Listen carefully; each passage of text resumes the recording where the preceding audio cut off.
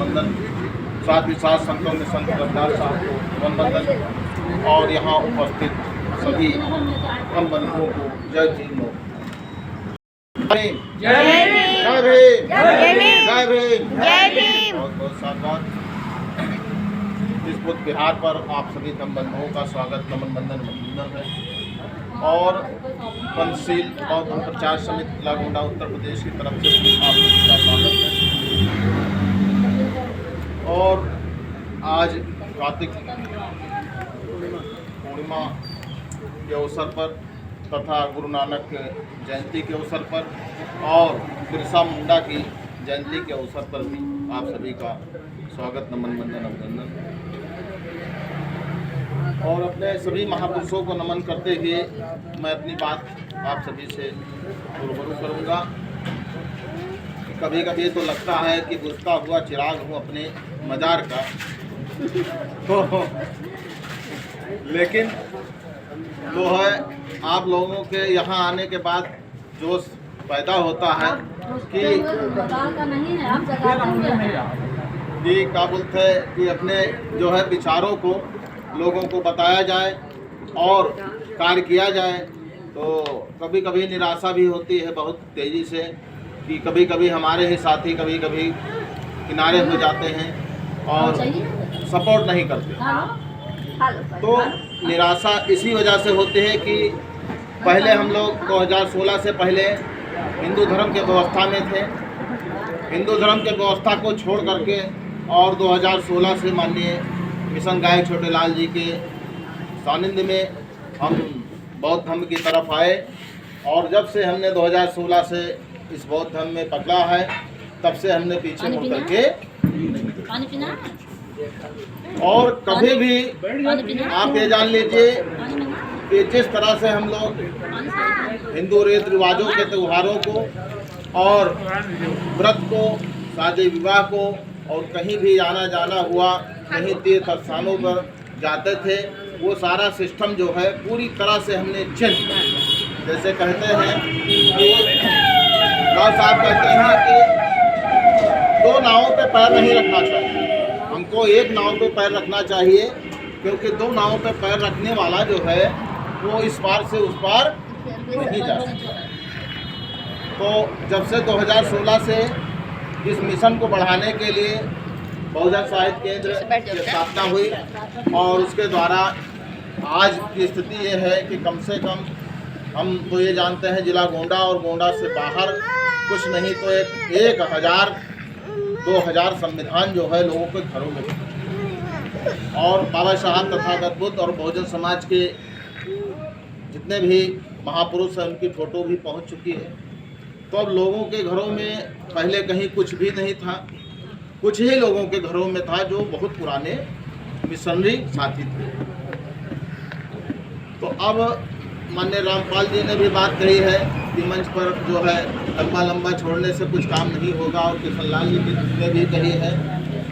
तो हमको केवल काम करने की ज़रूरत है और इसी काम के तहत देखिए पाम सेब का कार्यक्रम रांची में लगा हुआ है और माननीय राम प्रकाश जी ने और किशोरी लाल जी ने जो है और छोटेलाल जी ने कहा कि आपको चलना पड़ेगा। तो रिजर्वेशन हो गया है। दिसंबर 21, 22 और 23 3 दिन का कार्यक्रम वहाँ है। तो जिन साथियों को चलना चाहिए, जिनको समय है वो वहाँ चले। और जब हम वैष्णो देवी जाते हैं तो कम से कम वहाँ भी 2000-1000 का खर्चा लगता था। 2016 से पहले 2016 से पहले हम 2 बार गए हैं। तो अगर हम अपने इसी हिसाब से देखें तो अपने मिशन को लेकर के कहीं बोध गया हुआ या कहीं ऐसे मिशन हो जहाँ 2-3 दिन का कार्यक्रम हो तो वहाँ पे चलना चाहिए। जब हम वहाँ जाएंगे तभी हम देखेंगे क्योंकि जो व्यक्ति यहाँ आया है वही सुनेगा। अभी भाई साहब देखिए किस मूड में है लेकिन सुन रहे हैं, समझ रहे हैं और राव साहब की बातों को इन्होंने समर्थन किया। तो अब अगर ये मिशन नहीं होते तो बाकायदा बैठते उठते और होश में रहते, लेकिन अब मिशन की इनको जो है अभी समझ नहीं है। जिस दिन समझ हो जाएगी तथागत बुद्ध के विचारों पे चलने लगेंगे। तो हमको जैसे अभी किसी व्यक्ति ने कहा कि गांव-गांव में चलना चाहिए। राव साहब ने अभी कहा है कि हमको अपने एक रिश्तेदार के यहाँ चलो, 2 लोग साथ में 3 लोग चला जाए, वहाँ बैठा जाए। तो जब हम अपने रिश्तेदार के यहाँ जाएंगे तो उसके आसपास वाले भी वहाँ आएंगे कि क्या बात हो रही है। तो हमारा धर्म का प्रचार प्रसार जो है इसी हिसाब से बढ़ेगा। अभी जय भीम जय भारत ग्रुप में आप लोगों ने देखा होगा कि एक वीडियो आया हुआ है और वीडियो भाजपा क्या हुआ का जो है सेमिनार हो रहा है और उसमें वो बोल रहा है जय भीम बोलो, जय भीम, जो है कि आप लोग जो है देख लीजिए कि बाम सेठ वालों ने हमारे देवी देवता को जो है जय भीम बोलो, उल्टा कर जय भीम बोलो, जय भीम गलत कह रहे हैं। और उसके बाद इन लोगों को ठीक करने की ज़रूरत है। माम सेठ में सबसे ज़्यादा जो है सरकारी कर्मचारी हैं, तो ऐसे वाक्य जो है उसमें पूरी वीडियो लग रहा है तो कह रहा है। और इन लोगों को किस तरह से ठीक किया जाएगा ये आप लोग जानते हैं। जय भीम बोलो, मतलब वो अपने लोगों को इंगित कर रहा है। तो अब ये जान लीजिए कि हमारा सीधा मुकाबला आरएसएस बनाम बाम से।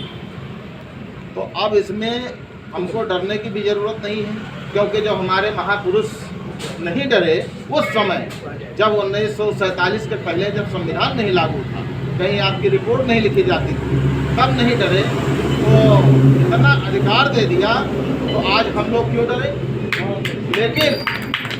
लेकिन हमारे बहुजन समाज में सबसे कमी यही है डर, और इस डर को जो है जब तक हम नहीं ख़त्म करेंगे, जब तक हम इस डर को नहीं ख़त्म करेंगे तब तक जो है हमारा कोई भला नहीं होगा। क्योंकि तथागत बुद्ध ने कहा है कि शेर के सामने जाते हुए भी आप मत डरिए। भाई शेर खा तो लेगा ही, लेकिन डरना नहीं है हमको, उससे जम करके मुकाबला करना है। तो मुकाबला करने के लिए आप सभी लोग हमारे साथी तैयार हैं। लेकिन अभी एक बात उठी थी कि संघम शरणम गच्छामि, अभी हम लोगों ने पंचशील किया है, संघम शरणम गच्छामि। तो संघम शरणम गच्छामि का अर्थ है हमको संघ में रहना चाहिए, ना कि संघ बनाना चाहिए। संघ नहीं बनाना चाहिए, संघ में रहना चाहिए, समूह में रहना चाहिए। और यही बिखराव जो है हम लोगों को अलग अलग करके जो है खराबी आ रही है। इसी चीज़ को हम लोगों को ख़त्म करना है।